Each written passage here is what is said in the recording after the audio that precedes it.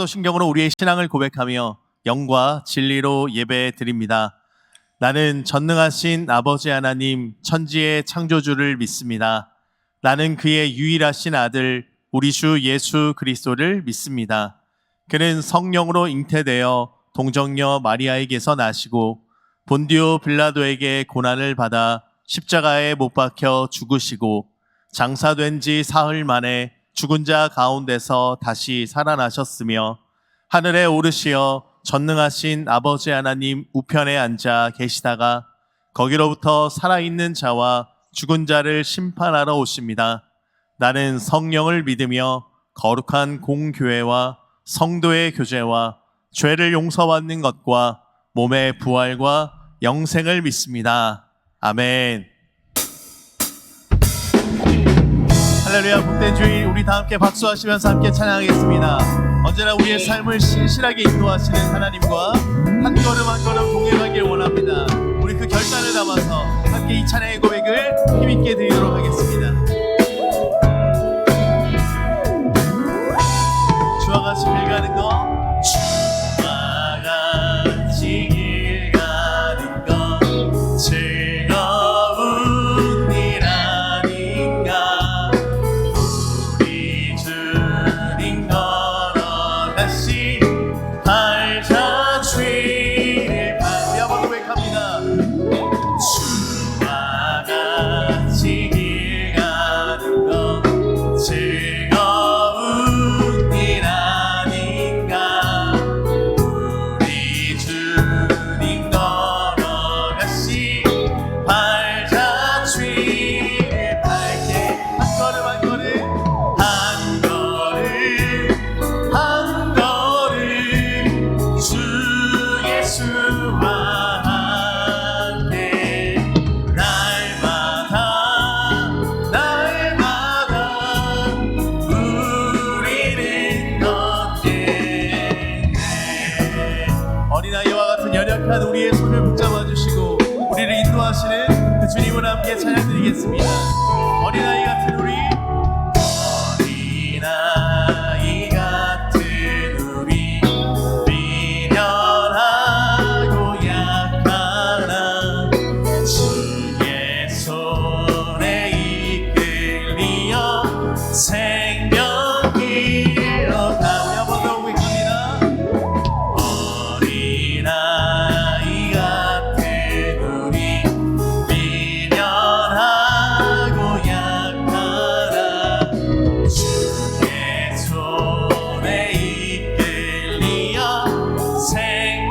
생명길로 가게 한 걸음 한 걸음 한 걸음 한 걸음 주 예수와 함께 날마다 날마다 우리는 한 걸음 한 걸음 한 걸음 한 걸음 주 예수와 함께 날마다 날마다 우리는 걷게. 꽃이 피는 들판이나 꽃이 피는 들판이나 험한 골짜기라도 주가 인도하는 대로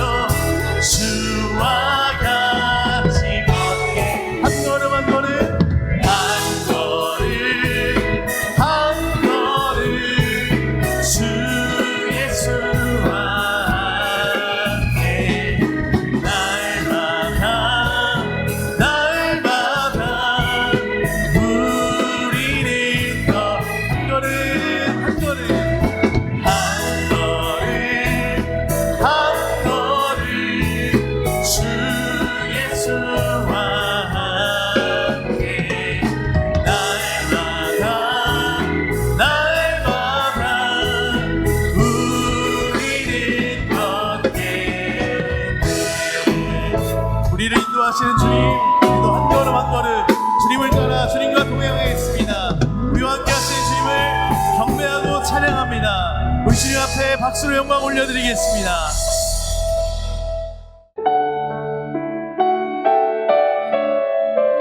주님의 은혜와 사랑을 구하며 함께 이 찬양의 고백을 주님 앞에 드리겠습니다. 주님, 이 시간 우리가 드리는 예배를 받아 주옵소서.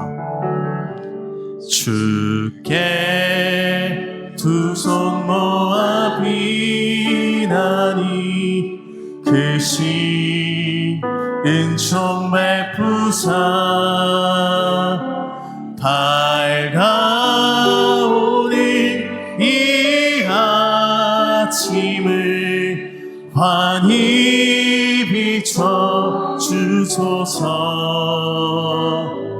오 주, 우리 모든 허물을 보혈의 피로 씻기어 하나님 사랑 안에서 행복을 갖게 하소서.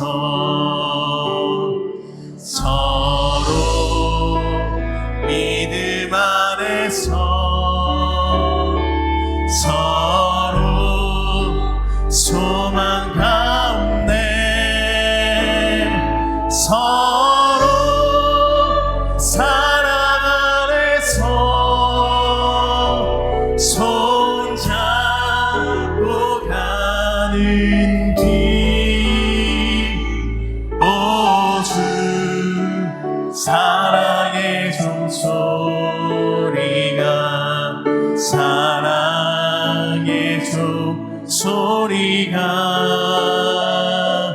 이 시간 우리 모두를 감사하게 하여 주소서. 주님, 은혜와 사랑의 빛을 비추사 우리를 감싸 주옵소서. 그 마음으로 찬양의 고백을 다시 한번 드리겠습니다. 주께 두 손 모아 비나니 주께 두 손 모아 비나니 크신 은총 베푸사 주가 예비하신 동산에 항상 있게 하소서. 오 주, 우리 맘의 새 빛이 어둠 밝게 하시어 진리의 말씀 안에서 늘 순종하게 하소서. 서로 참아주면서 서로 감싸주면서 서로 감싸주면서 서로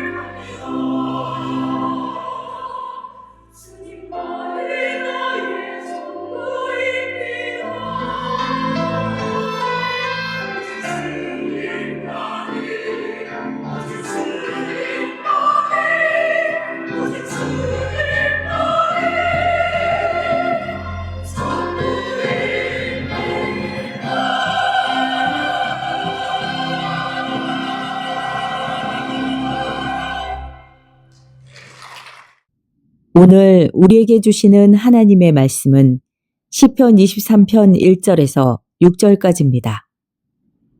여호와는 나의 목자시니 내게 부족함이 없으리로다. 그가 나를 푸른 풀밭에 누이시며 쉴 만한 물가로 인도하시는도다. 내 영혼을 소생시키시고 자기 이름을 위하여 의의 길로 인도하시는도다. 내가 사망의 음침한 골짜기로 다닐지라도 해를 두려워하지 않을 것은 주께서 나와 함께 하심이라. 주의 지팡이와 막대기가 나를 안위하시나이다. 주께서 내 원수의 목전에서 내게 상을 차려주시고 기름을 내 머리에 부으셨으니 내 잔이 넘치나이다. 내 평생의 선하심과 인자하심이 반드시 나를 따르리니 내가 여호와의 집에 영원히 살리로다. 이것은 주님의 말씀입니다. 아멘.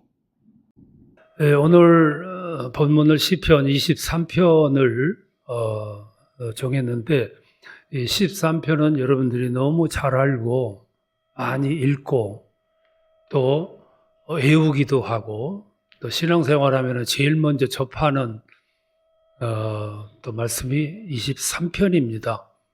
그래서 읽을수록 정감이 넘치고 또 머릿속에 들어있는 그런 시기도 해요. 언뜻 보면 이 시는 굉장히 감미로워요. 그리고 또 언뜻 보면은 우리 다 시골 출신들이잖아요. 시골에서 살던 그 모습이 그대로 그려져 있습니다. 다윗이 이제 목동으로 시골에서 살았기 때문에 그 생활이 그대로 여기 녹아 있고 표현되어 있습니다. 아주 목가적이죠. 그래서 굉장히 마음이 가까웠게 느껴지는 그런 시기도 합니다. 근데 좀 이 시를 깊이 음미를 하고 묵상을 하면 이 시 속에는 굉장히 무거움, 그리고 괴로움, 고뇌, 또 캄캄한 그런 암흑과 같은 곳을 이렇게 헤매고 다녀야 되는 그런 아주 질고의 내용이 또 들어 있습니다. 오늘 그 부분을 봤으면 좋겠어요. 다윗은 여러 번의 환난을 경험을 했던 사람이에요. 제일 먼저 첫 번째 환난은 골리앗 앞에 섰을 때의 모습이죠. 어린 나이에 아직도 준비되지 않았는데 군대에 가가지고 당한 것도 아니고 그냥 형들한테 문안하러 갔는데 그 상황을 접했습니다. 골리앗 앞에 가가지고 서 있는 다윗을 한번 상상을 해보세요.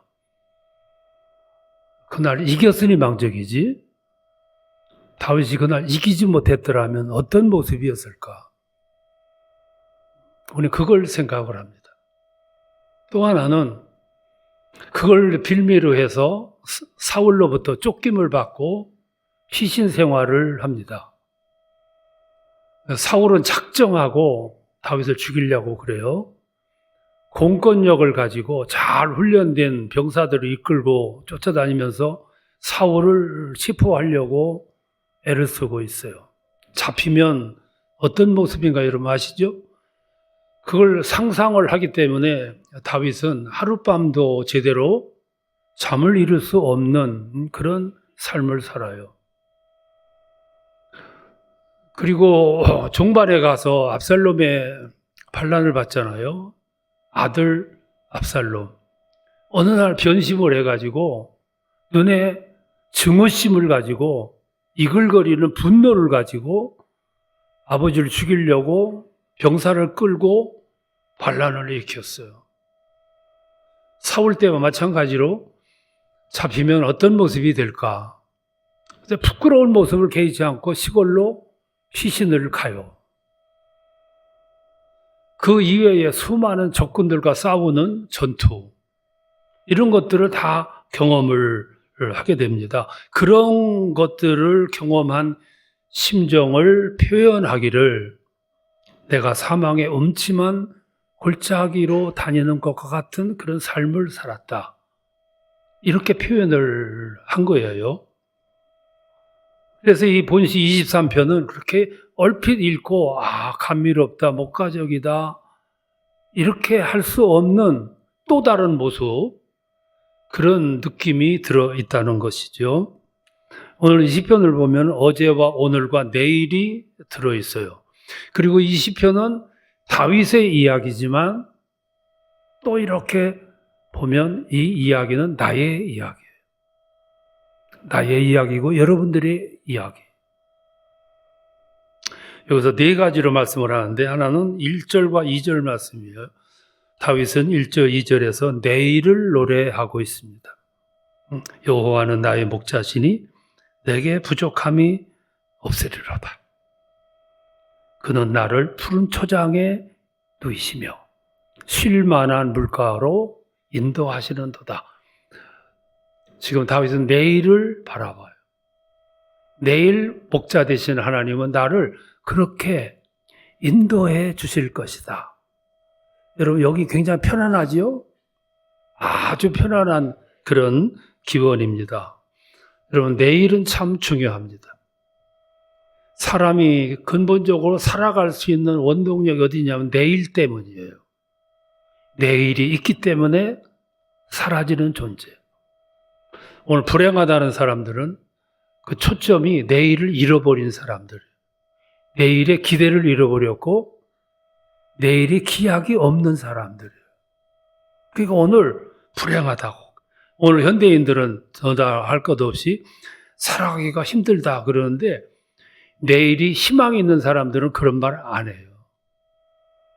아무리 봐도 내일이 어두워. 희망이 없어. 어디 기댈 만한 언덕도 없어. 그러니까 살기가 힘든 거예요. 내일은 이렇게 중요해요. 그래서 우리 삶을 윤기 있게 소망스럽게 활기 있게 살아가려면 꼭 요소 한 가지가 있어야 돼요.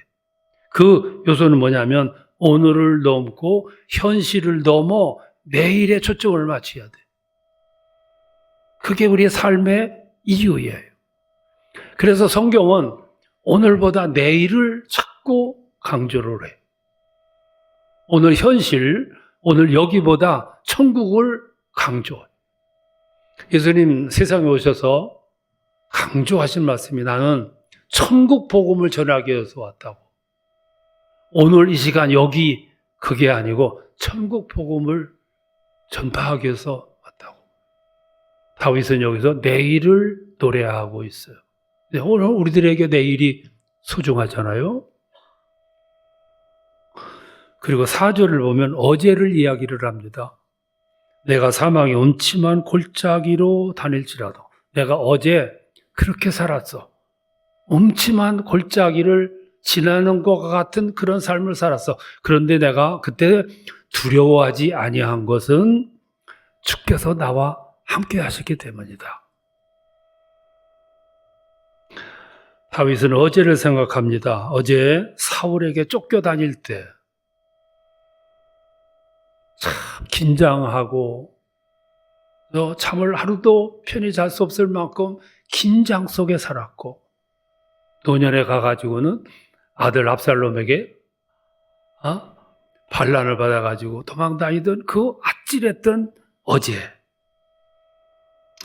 그 어제의 모습을 표현하기를 내가 사망의 음침한 골짜기로 다녔다.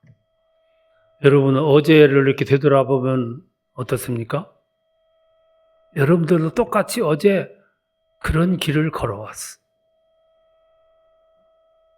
몇 년 전에 몸에 이상이 있어가지고 병원에 갔더니 암이요.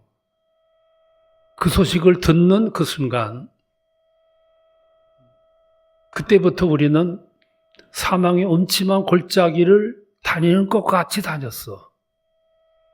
어제.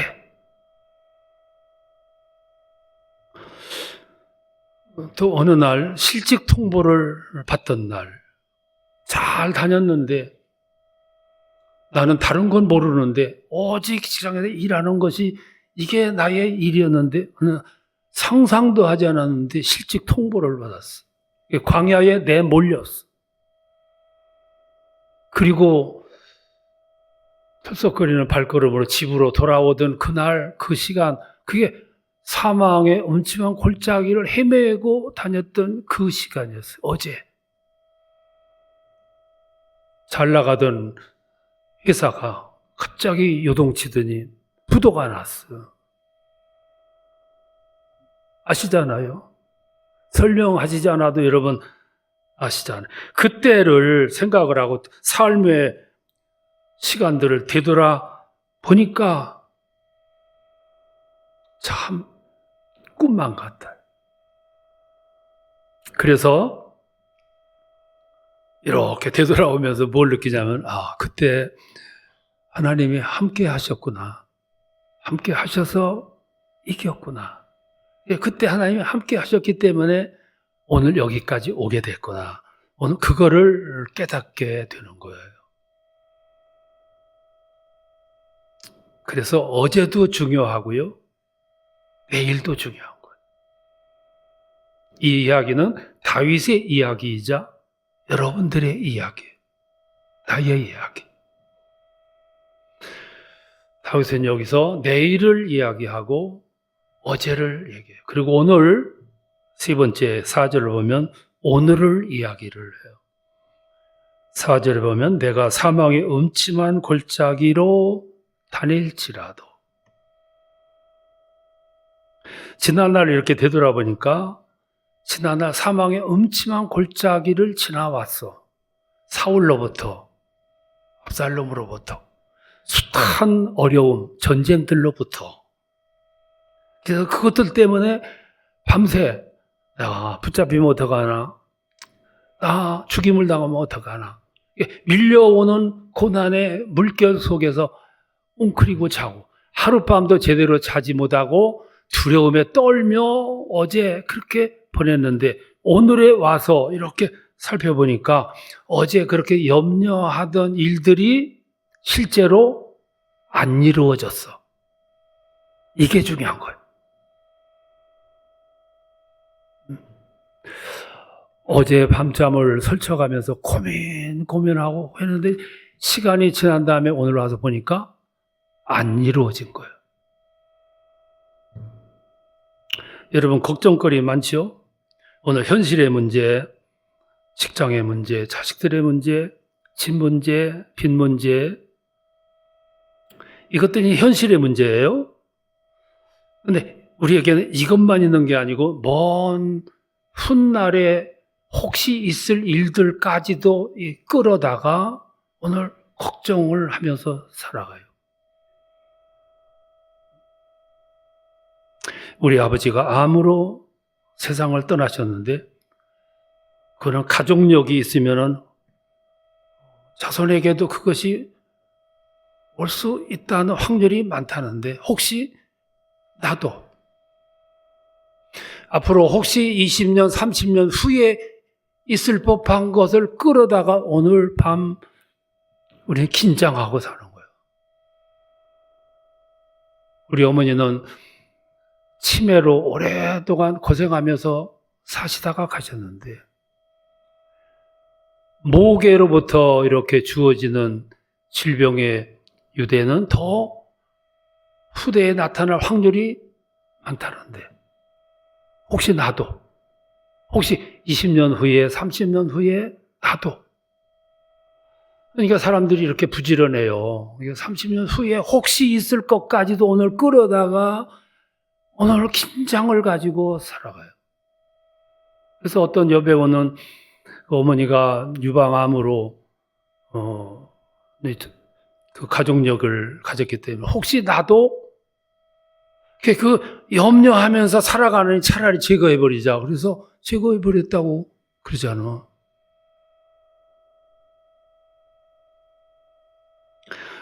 오늘 현재를 살아가기도 버거운데 20년, 30년 후에 혹 있을 것 같은 것들도 먼저 끌어다 오늘 이렇게 우리는 노심초사, 걱정, 고뇌, 염려하면서 살아가는 거예요. 그래서 최근 수전 오설리번이라고 하는 의사가 진단의 세계라는 책을 펴냈어요. 치신신간이에요. 오늘 의학의 발달로 인해서 너무 과잉 진단의 결과를 경고한 내용이에요. 오늘 우리들이 먹는 음식을 잘못 먹으면 20년, 30년 후에 가서 이런 암이 걸린다. 위험이 있다.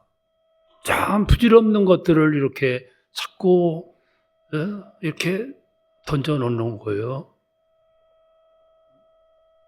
그리고 그는 이렇게 말했어요. 그냥 놔두면 저절로 나을 증상들도 미리 그거를 치료하느라고 사람들은 안간 힘을 쓰고 있다고. 살면서 걱정과 염려 없이 살 수는 없지만은 그걸 가리켜서 다윗 고백하기를 나는 사망의 음침한 골짜기로 다니는 삶을 살았다. 왜? 붙잡히면 어떡하나? 체포되면 어떡하나? 사로잡히면 어떡하나? 그것 때문에 밤잠을 설쳐가면서 그렇게 살았는데 오늘 와서 생각해 보니까 일어나지 않았어. 실제로 일어나지 않았어. 그래서 시를 쓰기로 나는 믿음의 음침한 골짜기로 다니는 삶을 살았으나 그랬어.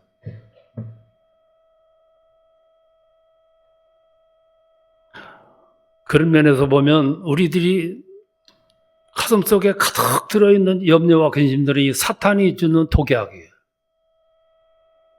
사탄은 우리에게 독약을 줘가지고 밤잠을 설치게 하고 삶의 맛을 잃게 하고 가슴과 생각과 우리 영 속에 온갖 염려와 근심으로 가득 메워지게 하고 하나님은 말할 수 없는 은혜로 매일같이 우리들에게 은혜의 전파를 쏘아대시고 걱정하지 마라, 염려하지 마라, 내가 있어, 내가 지팡이로 인도할 거야 말씀하시는데 그게 귀에 안 들어오는 거예요.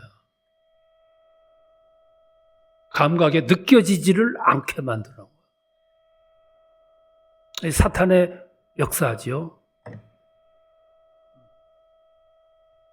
새해 유념하면서 살아가셔야 될 것 가운데 하나가 여러분이 지금 가지고 있는 염려와 근심들 대부분은 연말에 가면 이루어지지 않았어. 그런데 네 번째 하나가 더 있어. 그게 5절 말씀인데 주께서 내 원수의 목전에서 상을 베푸시고 이랬어요. 무슨 뜻이냐면 우리들이 가지고 있는 많은 걱정, 염려거리들 여러 가지가 있는데 혹 그 중에 한두 가지는 현실로 나타날 수가 있다고 말이에요. 그런데 그것도 시간이 지나고 보니까 하나님께서 합동해서 유익한 방향으로 하나님이 열매 맺게 하셨다. 그게 5절 말씀. 실례를 들면 다윗이 사울로부터 도망다녀. 붙잡히면 어떡하나? 붙잡히면 어떡하나? 그 염려와 근심이 가득한 모습으로 피신 도망 다녀요. 압살롬으로부터 반란을 당해서 도망 다니면서 또 같은 마음을 가져. 그런데 결국 하나님은 사울로부터도 나를 건지셨고 압살롬으로부터 나를 건지셨고 현실로 나타나지 않고 결국 나로 하여금 이기게 하셔서 끝내는 주께서 내 원수의 앞에서 상을 베풀어 주셨다. 이게 5절의 말씀입니다. 우리 삶에 많은 걱정거리들이 있는데 대부분은 안 일어난다. 혹 한두 가지는 일어날 수 있는데 그때는 눈앞이 캄캄했지만은 시간이 지나서 문제가 해결된 다음에 보니까 역시 그것도 하나님의 선한 길로 인도해 주셨다. 이게 다윗의 이야기. 가만히 보면 다윗의 이야기는 나의 이야기. IMF 때 어느 분이 잘 다니던 직장에서 실직당했어요. 그 실직 통보를 받고 집으로 돌아올 때 어떤 기분이었을까? 광야에 내몰린 기분이었겠죠. 나는 이 직장에서 일하는 것밖에는 모르는데 세상을 전혀 모르는데 집으로 돌아와요. 각 끝에 두 부부가 의논을 해서 조그마한 가게를 열었어. 힘들잖아요. 근데 그 실직 받을 때 살아남았던 동료들이 하루는 위로하기 위해서 왔어요. 와서 그 모습을 보고 말은 안 하는데 표정으로 보니까 아유, 어떡하나, 얼마나 힘들까. 그런 눈빛으로 이렇게 바라보는 거예요. 그리고 돌아가면서 무슨 말을 해줘야 되는데 무슨 말을 해줄까를 모르고 그냥 가는 거예요. 그렇게 3, 4년 지나는 동안에 안정이 됐어요. 기반이 닦였어. 이제는 걱정 안 해도 돼. 근데 그때 내가 실직당할 때 살아남아있던 동료들은 그때 정년이 돼서 퇴직을 하는 거야. 그러면서 들려오는 이야기가 뭐냐면 어떻게 살아? 난 이거밖에 모르는데 나는 지금 안정이 됐는데 저 사람들이 이제 광야로 출발을 하는 거야.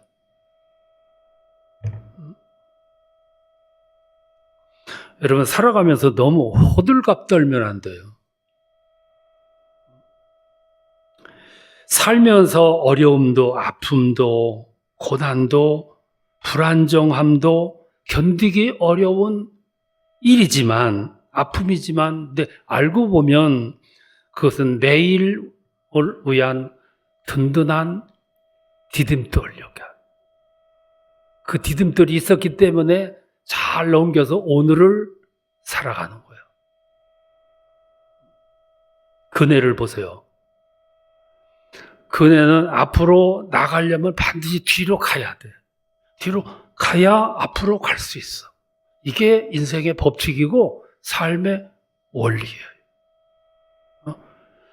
토마스 램비트라고 하는 선교사가 아프리카 밀림 속으로 선교를 떠났어요. 이 마을에서 저 마을로 가려면 산을 넘어야 되고 산을 넘으려면 계곡을 건너야 돼. 어느 날인가 상대방 저쪽 산 너머 동네를 가려고 출발하는데 그 계곡을 넘으려면 물살이 센 하천을 건너야 됐어. 용기가 나질 않았어. 어떻게 건너야 되나 고민하는데 그때 원주민 하나가 와요. 근데 주저하지 않고 물로 들어가더니 큼지막한 돌을 가슴에 안고 가는 거야.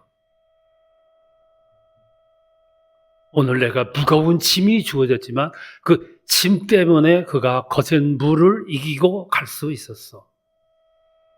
그 짐이 없었으면 거의 건널 수가 없는 거예요. 여러분 새해 주 안에서 형통하시고 건강하시고 잘 되시기를 축복합니다. 꼭 그렇게 되세요. 근데 여러분들 그 내용이 송구영신 예배 때 이렇게 결정했던 기도 제목이잖아. 건강하고 평안하고 형통하고 일이 잘 되고.